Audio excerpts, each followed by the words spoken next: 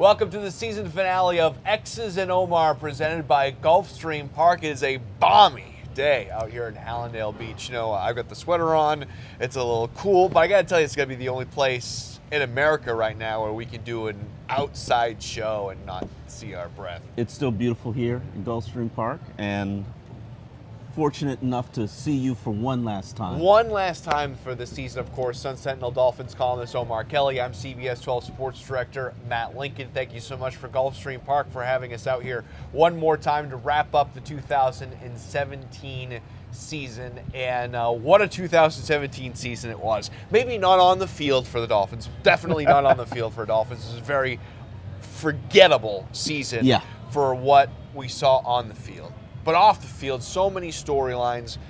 Tannehill going down, Cutler being signed, Timmons going AWOL, the Firster powder video, white powdery substance video.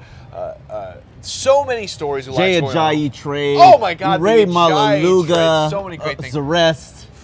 So now that we can go back and look. The Jarvis Landry, Kenyon Drake ejection. Oh God, that was a great way to end it, wasn't it? Oh.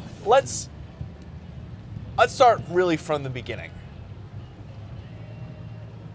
At the time, where Tannehill went down and Cutler was signed, we talked about the team made it feel like, you know what, this team can win with Jay Cutler.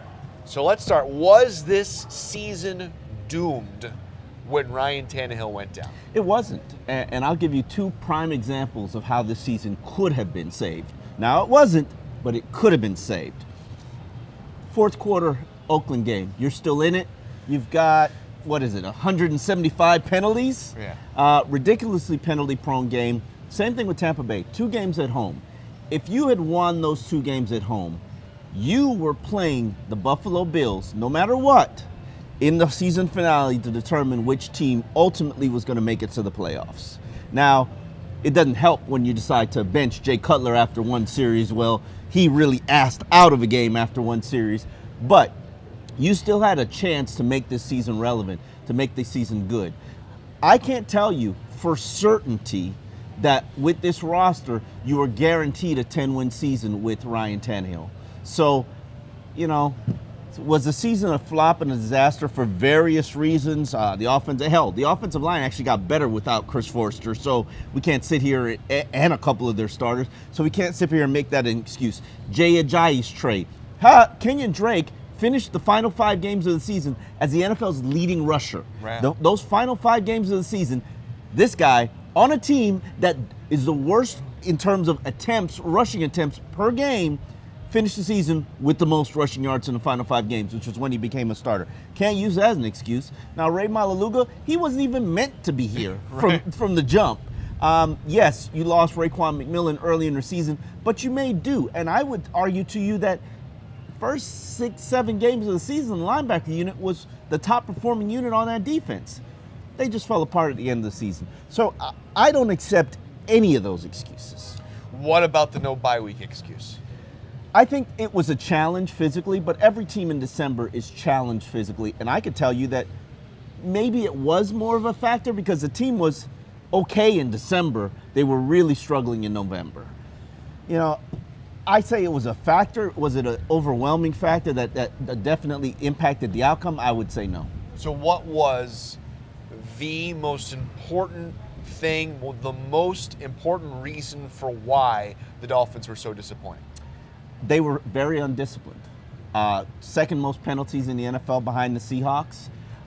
They didn't play with any kind of hunger and determination.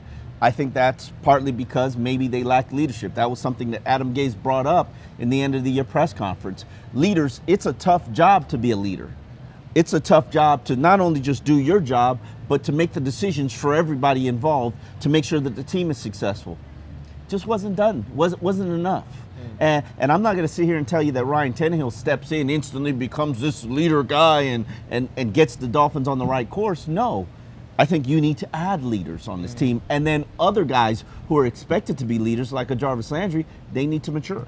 We've talked a lot on this show when I have hosted with you about the team. So this was really the problem in the Joe Philbin era about needing dogs, Yeah. meaning A-type personality guys. What's the difference between being an A-type personality guy and being a leader, and do you need guys that can be both? Oh, you definitely need guys that can be both. You sort of need a marriage of it. And those dogs, Jarvis is a dog. Kenyon, I'm not really sure he's a dog, but that personality where no matter what, right or wrong, you're going to go defend your teammate, that's certainly dog-esque. Yeah. It's, you need both. What you did need is somebody who can get in Jarvis's face, and that wasn't always the head coach, and say, hey, you need to calm down. You need to get smarter. You need to act more responsibly. You need to make decisions that don't cost your team. Somebody who can hold the team accountable. The Jason Taylors of the world was that player. The Zach Thomases of the world were that player. I'll even say Chad Pennington in 2008. I'm not sure there's anybody on that roster right now who comes close to it. And I would love to tell you that it's Cam Wake, but Cam Wake doesn't have a leader-esque personality. Right. It's Cam Wake is I'll lead by example. I don't want to have to speak up, but if I do speak up, I'll try my best. Yeah. And Adam Gase made a point, and I kind of agree with him. It's not easy to be a leader. They aren't always on every single team. Hall of Fame players are not necessarily leaders, but you do need guys who can step up and lead. Yeah, and I think Mike Pouncey, I feel like, has been that guy. Yes. And he's sort of had his own issues. He's as got always. to worry about his Mike own Pouncey's problem. like the one blend of leader alpha male that you do have. And I think Pouncey's mature, but he's also got his own problems. I mean, he's in and out of practice. He's trying to be out there. He's trying not to be out there. Landry had his obviously own issues this year. He was carrying that contract thing with him every day, as he should. As he should. And Ajayi was the other alpha guy. Could not be a leader. He did not have that. No, that wasn't wired that way. Right. What else came out of yesterday's press conference with the Dolphins brass that you took? Outside of the leadership aspect, I think the most glaring thing to me was that they said every position, which is not a surprise, is going to be addressed, and that includes quarterback. Matt Moore's name wasn't even mentioned when it was asked about a backup quarterback, which hints to me that, hey, Matt Moore's run with the Miami Dolphins might be ending. I would hope not, because Matt Moore's a quality backup for about $2.5 million, but I can understand the thought process of going out and drafting a quarterback early. But this team has many needs. Is quarterback one of them? Yeah, it is. I mean, and we'll discuss this in the show, but Ryan Tannehill's 37-40 as an NFL starter. Never really led the team to the playoffs, unless you count last season, which was led to the playoffs by Matt Moore, got you to the playoffs. But are you winning in 2 years anything with Ryan Tannehill? And if you aren't, don't you need to start grooming and getting ready that next guy to win with? That's my thought process. It does feel like the Dolphins are more than 2 years away from anything. Correct. Whether Ryan Tannehill's a quarterback or not. That's correct. One other position that apparently has been a chance to move on is that offense coordinator. As they have a new guy, Dole Loggins. What do you know about Coach Loggins here? Well, he's got a history with Adam Gase, which, as you know, or should know in the NFL, it's about who you know, not what you know. He's got a history with Adam Gase from their tenure in the Chicago Bears. He actually replaced Gase as the offensive coordinator. Background is as a quarterback coach. To me, okay. I mean, yes, your offense needed to improve. Yes, you needed to do something to make the unit not be a bottom dweller in the NFL. And it is a bottom dweller and has been for the last 2 years. But did you go out and get the offensive coordinator from a team that's worse than yours? Well, I would add this question is, we've talked about whether or not this whole season is going to humble Adam Gase, whether this whole season is going to teach him something. Is this a sign that maybe he is being taught something, or is this a sign of him just going and getting one of his buddies? I think it's a sign of him going and getting one of his buddies under the premise that this is going to improve the offense. I mean, I would tell you, I'm a Brian Billick fan. Part of the reason I'm a Brian Billick fan is because he says one of the things that I really have learned in my decade of covering the NFL in this league, what gets you hired will get you fired. Adam Gase was hired because he can develop quarterbacks and because he led the NFL. He was the play caller, allegedly, for the yeah, he was the play caller. Let me not be disrespectful. Peyton Manning just changes the plays. Adam Gase actually calls them. He was the play caller or the offensive coordinator for the NFL's most productive offense in NFL history. So we expect him to deliver us a pretty efficient, effective 24-point scoring offense. Well, we haven't had that for the first 2 seasons. And ultimately, when all head coaches get fired, when he does get fired, whether it be next year or 5 years from now or 10 years from now, it will be because the offense has struggled and the quarterback hasn't developed. Right. So I think he's making these changes to do something to enhance his ability to make both pan out. So you would not say that this is not you'd say this is an example of him saying, okay, I need help to do this, and not an example of I need to pin this on someone, I'm going to pin it on Clyde Christensen. He can't pin it on Clyde Christensen. There's no possible way for him to pin it on Clyde Christensen. We have struggled in the media to find Clyde Christensen's role because Adam Gase calls the plays. I forget who works with the quarter. Somebody else works with the quarterbacks. You know, Clyde Christensen, we do assume does the advanced scouting and creates the philosophical game plan. That's about or scouts the opponent. But and we expect Dole Loggins to do something other than that. We'll figure out when Gase speaks and it clarifies their roles. All right. Now, let's take our first question of the show from Tucker. Jarvis Landry's incident last Sunday prevented him from reaching 1,000 yards. Will that factor into Miami's decision whether or not to re-sign him? I really don't think it does. This decision is simple in my mind with Jarvis Landry. If you look at the deal that Devontae Adams just got from the Green Bay Packers, basically Jarvis Landry is a 5-year, $60 to $65 million range. If you offer him anything else short of that, it's insulting, probably laugh in your face. You're going to have to clear roughly $30 million in guaranteed money. That is just the market. Right. And you can complain about the market as much as you'd like, but that is the market. Now, and if someone else offers him more than that, then you let him go. Then you let him go. Now, what's interesting is last year the market was not good for wide receivers. Most of those wide receivers walked away with an $8 to $9 million deal with the exception of Deshaun Jackson. I'm not sure what the market's going to be because it's too early to tell that. I'm not sure what the free agent competition is going to be because it's too early to tell that. I'm not sure who's in the market for a slot receiver because it's too early to tell that. But I will tell you this. If you don't put the transition tag or the franchise tag on Jarvis Landry, and I don't agree with putting the franchise tag on him, transition.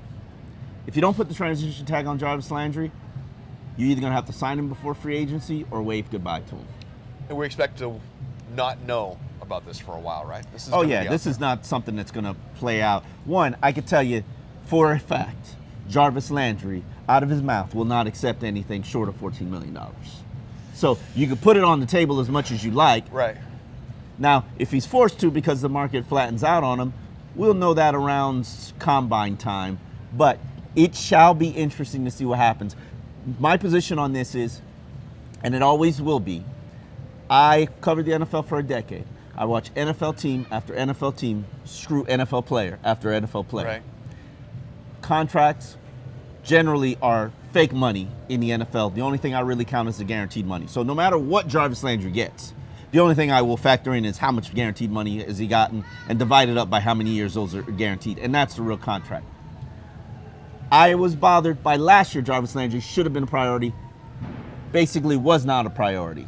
Getting the deal done for him was not a priority. He made less than Sam Young. Made half of what Sam Young made this year, which kind of disrespectful.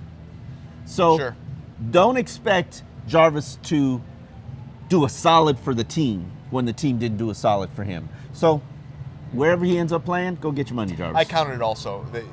Jarvis led the league in receptions. Do you know how many wide receivers made more money than him in the NFL last year? Last I counted was 100. It's a little less than that, 77. No. Your numbers got to be off because maybe after I counted before 53-man rosters are set. So how many? 77. Makes sense. 77. The next question comes from Dolphins End Zone. Will the Dolphins still be the most penalized team in 2018? Oh boy, that's a good question that I think only Adam Gase can have the answer to, primarily because this isn't an undisciplined team. And there's no shame in that, because you know who Adam Gase is. He's a player's coach. He runs a loose ship. As he said to you during the Lawrence Timmons going AWOL situation, he's got 2 rules. Yeah. What were those rules again? Like be on time and... I don't remember what. Be on time and work hard? It's something about working hard. Work hard. It's not hard to be a Miami Dolphin. Now, unfortunately, there weren't many consequences when things went wrong or things went haywire. And a lot of times when I saw players making bad penalties, they should have been pulled out the game for a series or 2. And I know that probably would have hurt the team, but then there would have been consequences to that action. There was never any consequence to any actions. Well, 2 things. All penalties are not created equal. Okay. And there were plenty of pre-snap penalties this year. And so Absolutely. pre-snap penalties there's no excuses for. And 2, you can swallow the penalties when you're winning. All Correct. those Jarvis Landry penalties last year were fine. Yeah. I love it when Landry, that's Emotion great. and- That's fantastic. Yes. When you're getting kicked out of the game,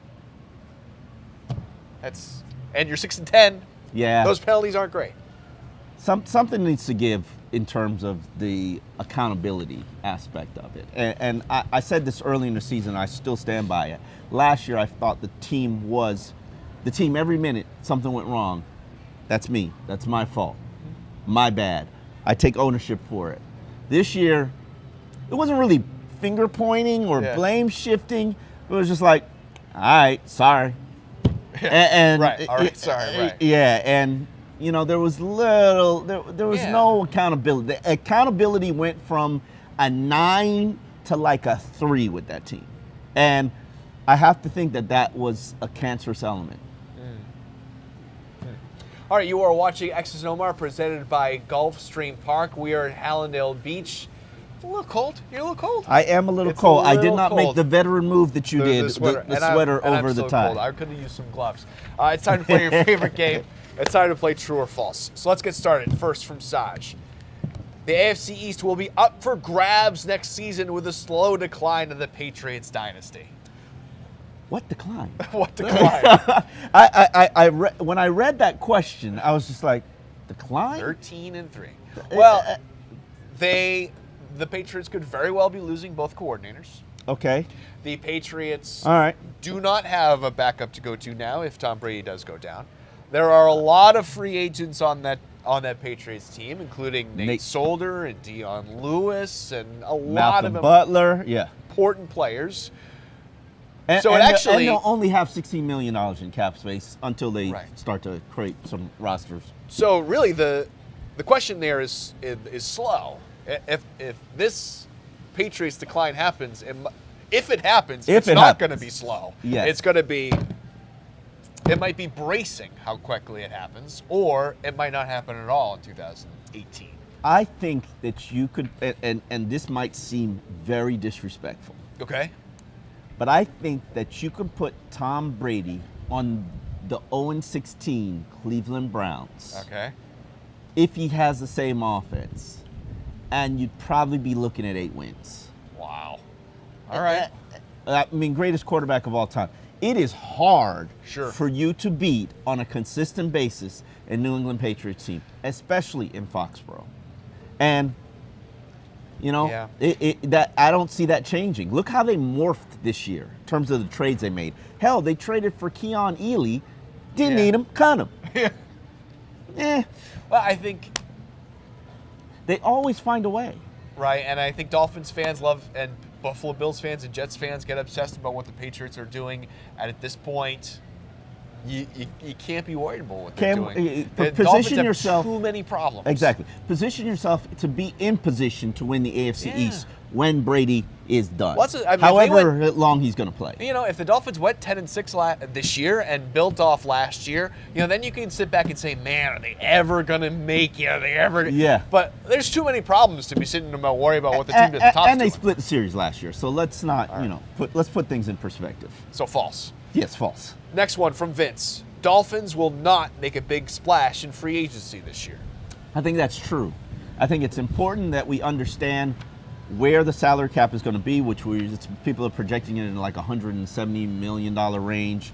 The Dolphins presently have about $16 million in cap space, and they can get to $32 million by releasing Julius Thomas, by releasing Jawan James, not honoring the 5th-year option that they picked up, and by cutting Lawrence Timmons, who violated the guaranteed money in his contract by going AWOL earlier in the season. So I think that they'll make all 3 moves and put themselves in position to have about $32 million in cap space, which should be able to get you, go out there and get you 3 free agents. Okay.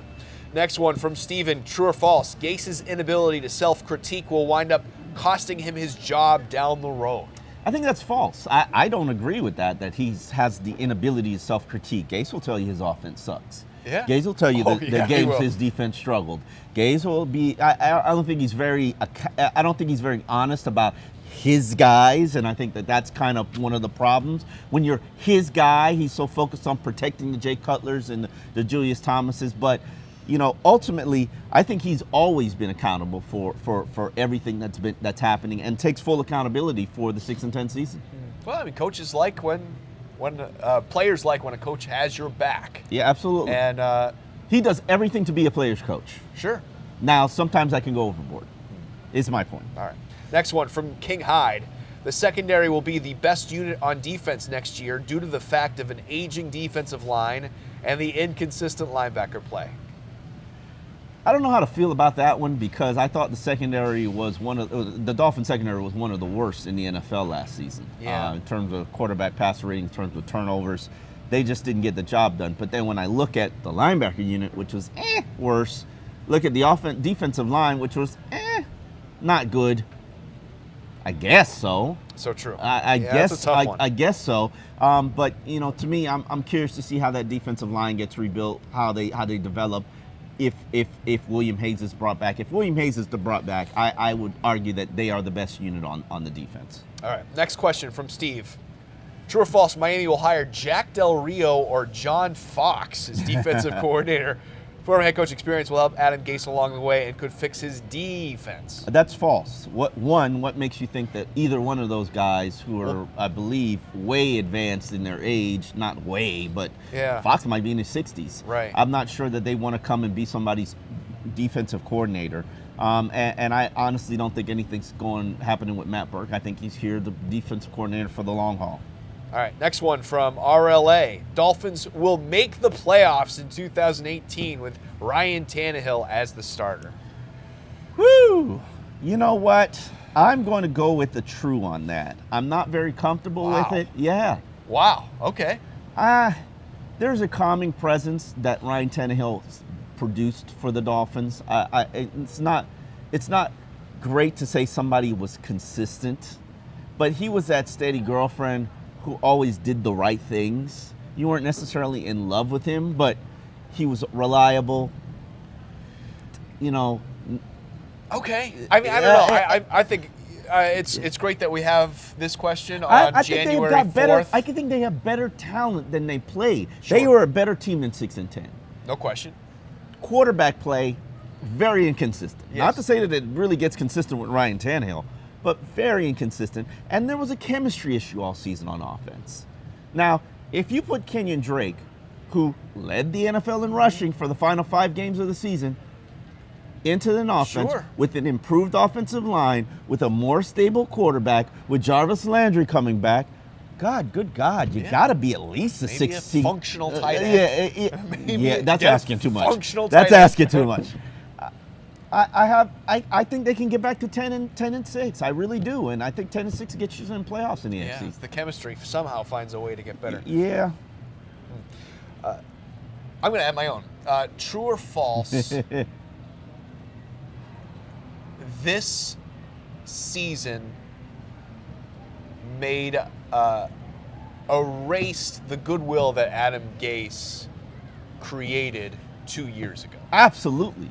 Now, are we starting back at like 0? We're starting square one. You can't go 10-6 and then 6-10. Next year 8-8? How do you feel about Adam Gase? Yeah, no.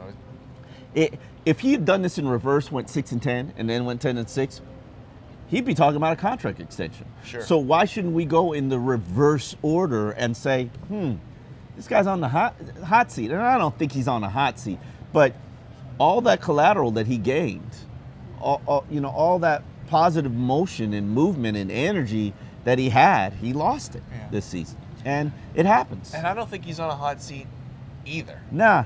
I think we're going to talk about it all. I'm sure 2018 is going to be a lot about is Adam I Gase think on they've the hot got to seat? go 4-12 for him to be fired in 2018. I think he'll be back in 2019, and that will be his deciding season. All right.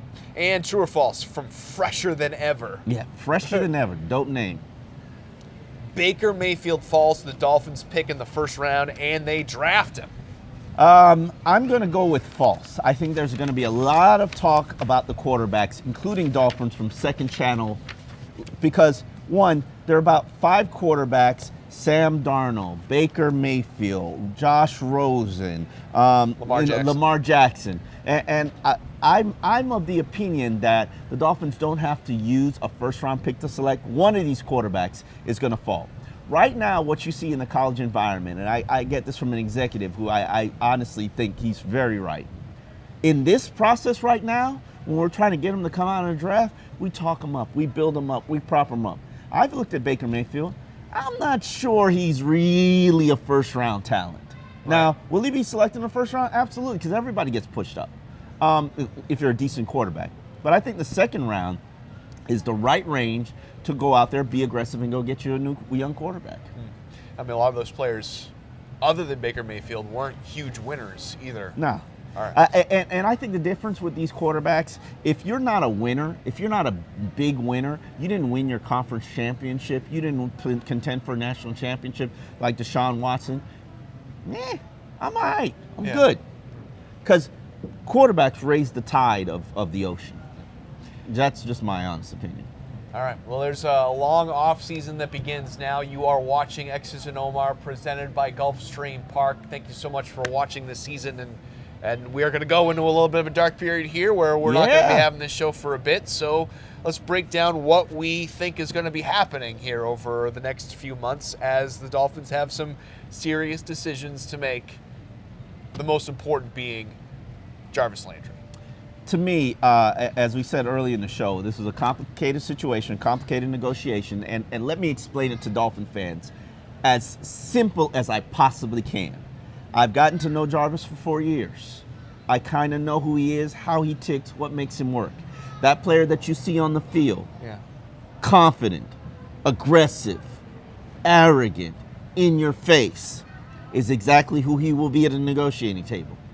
Do not insult him with a contract that offers to make him the highest paid slot receiver in the NFL. Whether you think he's a slot receiver or not, that's your problem. Right. Somebody will offer him that money, and he will feel insulted. Now, has he felt insulted enough already? Yes. Okay. Yes. I mean, this is a business, and players make the mistake of thinking it's about team. Now, you realize it's not about team when you're trying to get a new contract. Right. Then you realize, oh, shoot, this is a business. Yeah. And Jarvis has had that awakening. Yeah. And he played an entire 16-game season making less than Sam Young, the backup offensive tackle. Put that in perspective. The leading receiver in the NFL, the guy who is the alpha male of your team, he sets the tone, paid less than a backup. Less than multiple backups. I think last I counted, there were like 8 backups on the team that made more money than Jarvis Landry. Sure. It is the what it is. The receiver who he had how many times more catches than and can't stay on the field. Meanwhile, Landry is playing hurt every day. That's not on any of them. The Dolphins had their opportunity to fix that salary. They did not. Now, to me, it's going to take the transition tag.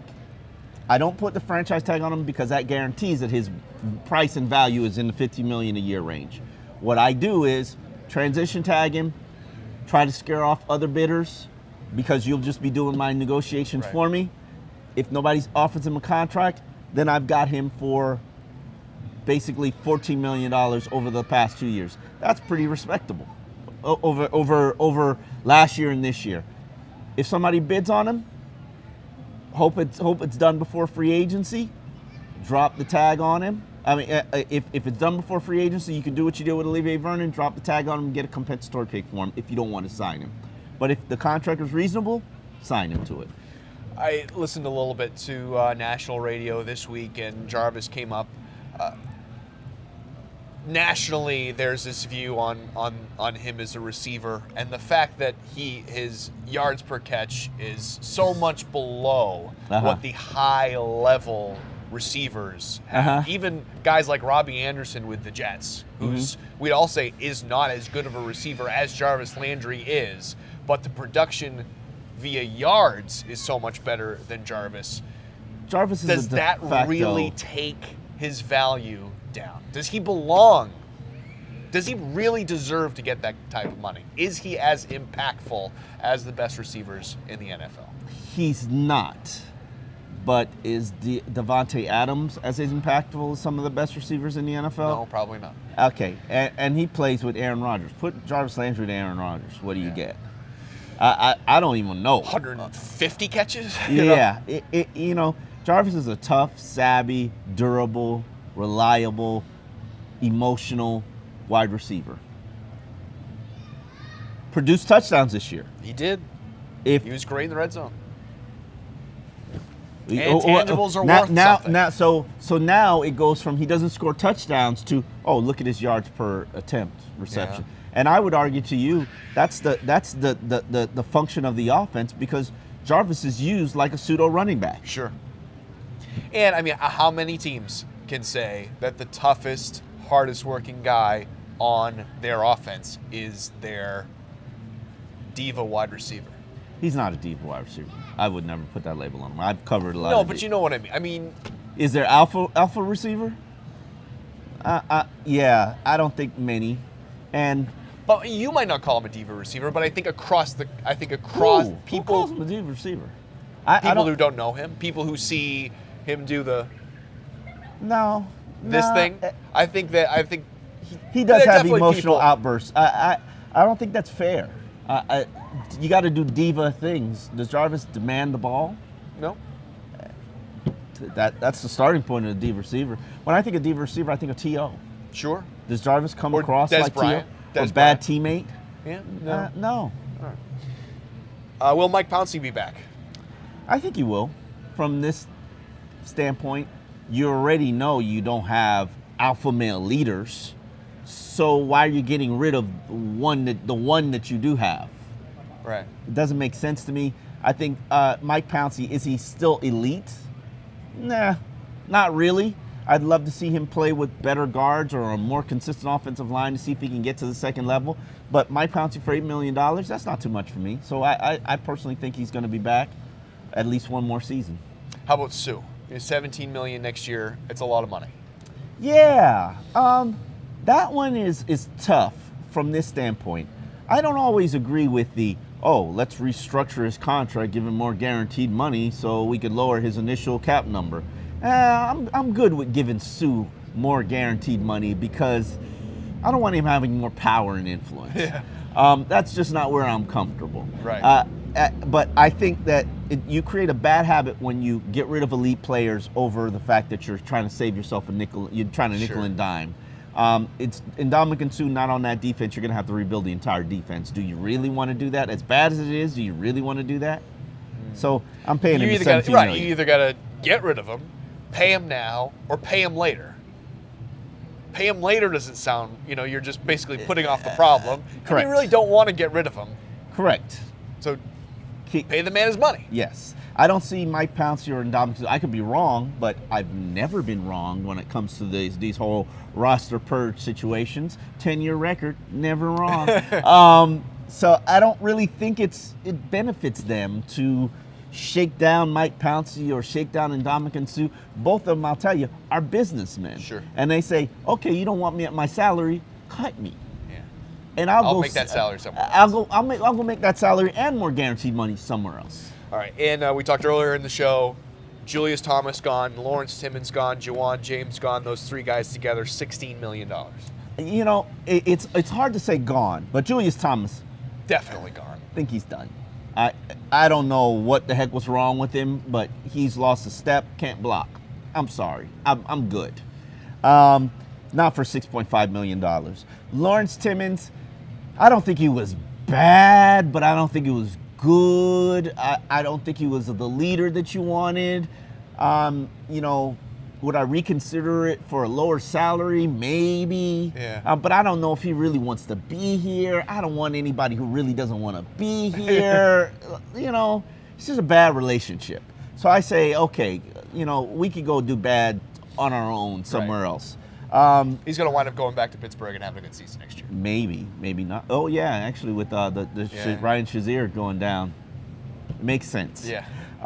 Joanne James, I don't think he's a bad player. We've talked about him a lot. Yeah. I don't think he's a bad player.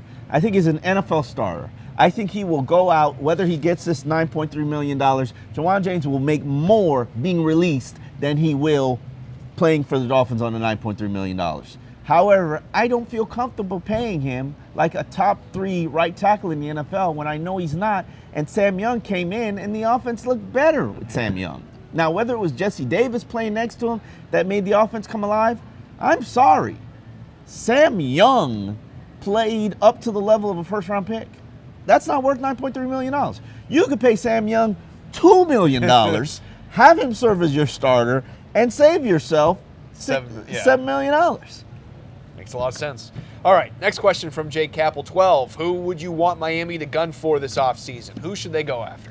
To me, it starts with tight end. All right. That's the easiest thing to fix right now. Do you need another offensive lineman? Do you need another right tackle? Absolutely. Do you need some more defensive line reinforcements and re-signing William Hayes, to me, which is a priority? Yes. Do you need more linebackers? Absolutely, no question about it. But I want those linebackers to be younger. Tight end now, Tyler Eifert's out there. Jimmy Graham's going to be out there. And Jimmy Graham lives in Miami in the offseason. Has his agent, Jimmy Sexton, has flirted with the Dolphins from time to time in terms of getting traded him here, finding a home for him here. I think Miami's going to be an option for Jimmy if he's going to continue to play. And then in the draft, I don't know how talented some of these tight ends are, but Oklahoma's Mark Andrews appears to be the top-rated tight end. You never know how the draft process plays out, and I honestly don't start looking at draft prospects until this month. Jimmy Graham would certainly be interesting. From John, please explain how Zach Thomas is not a Hall of Fame finalist. He's every bit Hall of Fame worthy as Brian Urlacher and Ray Lewis. The numbers don't lie, and Zach's just as good as these guys. Please help me understand why no Zach Thomas. This one I took this question because it's personal to me, because Zach Thomas was my favorite football player. I grew up in South Florida. I watched the Dolphins my whole life. I've seen Marino. Clearly, that was a great era, good, especially when he had 2 legs. And that was a good era. But I grew up watching the Jason Taylor, Zach Thomas Dolphins, and I started covering the Jason Taylor, Zach Thomas Dolphins. Zach Thomas was just as important to the Miami Dolphins as Jason Taylor was. Yeah. Jason Taylor was a first ballot Hall of Fame player.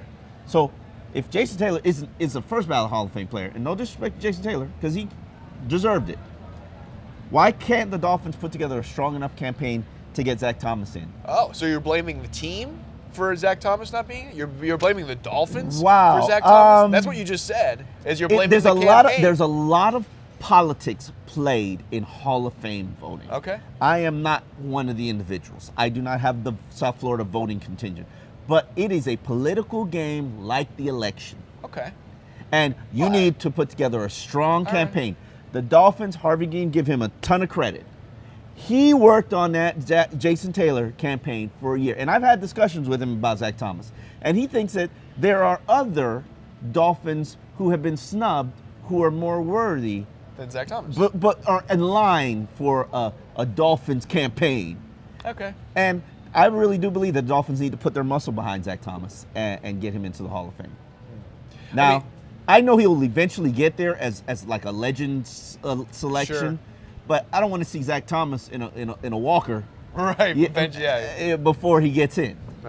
Just me personally. Yeah. And comparing him to those other 2 guys, Ray Lewis. Yeah. If Urlacher makes it in, that's insulting. Yeah. That is absolutely That is insulting to me. I get why Ray Lewis is. I mean, he was the key cog Ray Lewis is Super Bowl. Ray Lewis is the number one linebacker. He's won 2 championships. He's the number one linebacker anybody thinks about for the last 20 years. I can't even name another linebacker. Yeah. So Ray Lewis makes absolute sense. But Brian Urlacher? Yeah. Word? All right. Like, really? Last question comes from Nick. What are your thoughts on next year's opponents? Do you have a thought? Where are we opening? We're going to open in Lambeau next year? Please, I know God, send me there before it gets cold. Right. I think the schedule's horrible. I am very disappointed in the opponents and the road games. I only look at these things from selfish reasons in my travel schedule. We're going to Houston, Indianapolis. Houston's a highlight. I'm not a big Houston fan. I don't like Houston. I like the food, man. Anytime you get Cajun seafood together, dynamite. All right. Minneapolis. I know it's going to be cool. I hope that's an early game. Send me to Buffalo, Green Bay, and Minneapolis before November arrives, and it's all good. You know that Buffalo game is in December. It's always in December. No, there was one time they sent me to Buffalo in September, and I actually enjoyed my trip to Buffalo. All right. Do you have anything, by the way, to say? Congratulations to the Bills fans out there for making it to the playoffs. Richie Incognito, congratulations for making it to the playoffs. Yes, Richie. Just Richie. Love Richie. Love Richie. Do they have a chance against the Jaguars? What do you think? Yeah, Jaguars aren't that great team. I mean, they've got a great defense, but Sure. Anybody's got a chance in the playoffs. All right. And no matter who you are, you're going to be steamrolled by the Patriots. So Sure. enjoy the ride. Well, we're tied even with predictions. this That year. was what happened when damn it, Dolphins. I should have picked the Bills.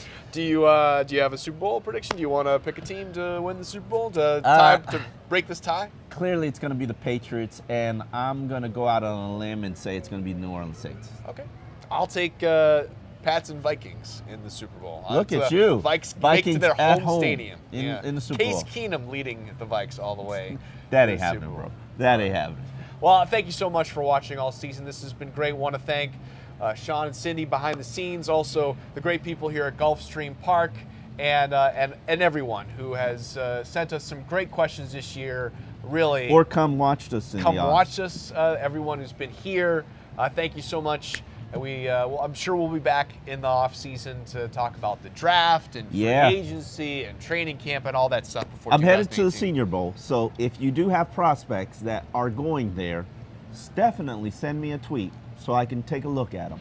And we are going to be answering questions here on X's and Omar Overtime. If you have been watching the show live, send them to us now using the hashtag XOMar. Thank you so much for a great season, and thank you for watching.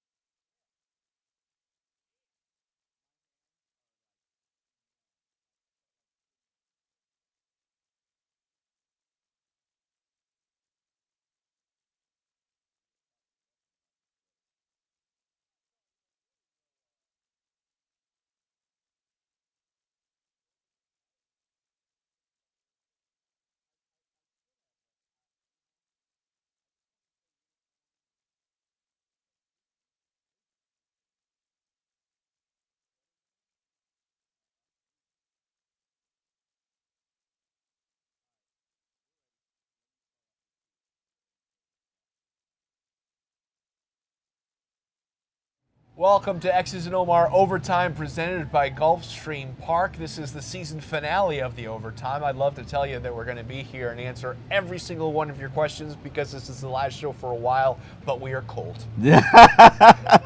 Thank you for being honest. I was not smart enough to wear the sweater over the jacket and tie ensemble, but yes, it is freezing here. We are going to answer We're going to some do of our your best. questions. First question's from Marco. Why don't we draft a QB every year? Because you have tons of needs, not enough resources, and you don't have the space. You kept 3 for most of the season this year because of injuries, and I think that's a stretch. I get yourself a young one to develop, puts a little pressure on Ryan Tannehill. It gives you somebody to groom in case Tannehill is just a 500 quarterback throughout his career. And let's just keep it moving. Sure. Let's do that. Let's pull off the Band-Aid now and develop one and see where it goes from there. Okay. Has a question from Michael. Has Adam Gase ever been exposed as a glorified offensive coordinator and we gave him the keys to the kingdom too soon? No. There are two types of head coaches in the NFL, with very few exceptions. There's the defensive head coach, and then there's the offensive coordinator, QB guru head coach. For a while, you've wanted the offensive coordinator, QB guru, because as you can see, quarterback kind of happens to be a problem for the Dolphins franchise in Stan Marino. Yeah. And you have one. He wants to call plays. He doesn't really do anything with defense. It is what it is. Yeah, and we want this is the You always want what you don't have. you always want what you don't have, and it's easy to have knee-jerk reactions. And honestly, we had knee-jerk reactions to last year when everything went right, and he pulled all the right strings. He did not pull all the right strings in 2017. What does that mean going forward? It's that we don't know. Really. We have no idea. We know he has the ability to pull the right strings. We know he has the ability to be a QB whisperer. Is he going to bat 1,000? Who bats 1,000? Here's my thing about this season, and the reason I was excited about this season. I wanted to see what Ryan Tannehill did in year 2 in the same Adam Gase offense. I never got to see that. No. I still want to see it. Yeah. I just do. And until I do, I will not have any opinion on Adam Gase, good or bad. This guy's been a head coach for 2 years, all right? And what I respect about him... And he will be a head coach again after he's done with the Dolphins. No question. Because he's got that type of personality, charisma. He's young enough. He'll work his way back up. He will be the Josh McDaniels getting a head coaching job once this is all said and done. So the problem that we've always had as Dolphin fans is we don't stay consistent enough, or maybe we stay sometimes too consistent enough with what we're doing. And I think that there needs to be a greater level of thought how to build this team to make it a winner in 2019. Yeah. Or 2020, and not just looking at tomorrow. Long-term view. What I like about him is that he's not afraid to do it his way. Absolutely. Right? And he's got big cojones. And that's great. Yes. It's got to work, though. He's got to learn. He's got to learn what works and what doesn't work. And there were some things this year that didn't work. And there's a much thinner line to winning and losing than we all like to, 10 and 6, 6 and 10. Tremendously thin. It's very thin. So it's tremendously thin. I'm certainly not ready to give up on this guy, and I'm not ready to put him on a hot seat yet. No, definitely. If Tannehill doesn't get Miami to the playoffs next season, his job is not guaranteed in 2019, true or false? And I think that that's true. I do believe that every year of Ryan Tannehill's contract from here moving forward is an opt-in year. Sure. Where you want him, you pay him what he's going to make, which I believe is $18 million. You don't want him, you cut him, you get $18 million back. And I think that that's fair. Yeah. And if Ryan Tannehill wants to keep making these $18 million salaries, keep producing, keep performing. It's not guaranteed for everybody. Tyrod Taylor just took the Buffalo Bills to the playoffs, and I guarantee he'll be cut this offseason. Yeah, right. That's no question. True or false, will the Finns, this is from Allen, will the Finns at least kick the tires on Kirk Cousins? No. Kirk Cousins is about to become the highest paid player in the entire NFL for average quarterback play. And I love Kirk Cousins, but I don't want to make somebody who's giving you average quarterback play the highest paid player. I think it's time that the Dolphins do develop a young quarterback. Lamar Jackson, nobody's talking about him. He's got athletic ability out the yin-yang, out the wahoo. Good passer, won a Heisman, shown you that he's a winner. Go get him in the second round. Go get him in the second round. Let somebody fall in love. But if there's a quarterback you fall in love with, okay, go get him too. You got a feeling about where Cousins winds up? I think he's going to. I did. Let me think. It's going to be. No, I don't. I like Denver. I think Denver. Yeah. Yeah. They got that defense. They got a I don't know if he's got a strong enough arm for Denver. Just my personal opinion. Okay. But yeah, I think he's going to end up in Washington. I think I think the market is sort of saturated. Been. You think Cousins is going to stay in Washington? Yeah. Oh man, I mean, Gruden came out yesterday and blasted him. Blasted him. Because he's trying to drive down the price. I don't think Cousins wants to play in Washington anymore. Hey, sometimes you need a fresh start. I know he's worked hard to get to himself to a position where he can get a multi-year deal. So let's see it happen. A couple people with some wanted to hear more out of the press conference yesterday. Okay. More honesty. Maybe they felt like they weren't really getting answers to questions. What did you feel? I've been attending those press conferences for 7 years. You're never going to get answers. Yeah, we're looking for a defensive end, tight end. We need to rebuild our defense. You generally get, you barely might not even get a reason for being 6-10, and I don't think we got a reason outside of lack of discipline. Leaders need to step up. I don't think, and we learned that Adam Gase, that Ryan Tannehill is. We've known this in the media for forever. Yeah. Adam Gase is married to Ryan Tannehill. Yeah. I'm sorry, asking him to divorce Ryan Tannehill, you're just a family member he's never going to call back again. Yeah. So we know that this marriage is going to last till 2018. Let's just try to figure out what we need to do to make it work.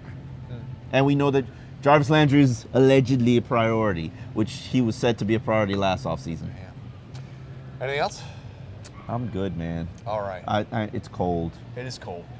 I really do want to thank everyone who's sent us questions. You guys are really the ones that make this show go. So thank you so much for watching and being a part of us. And thank you so much to Gulfstream Park to hosting us and having usually a great setting. This is a little cold today.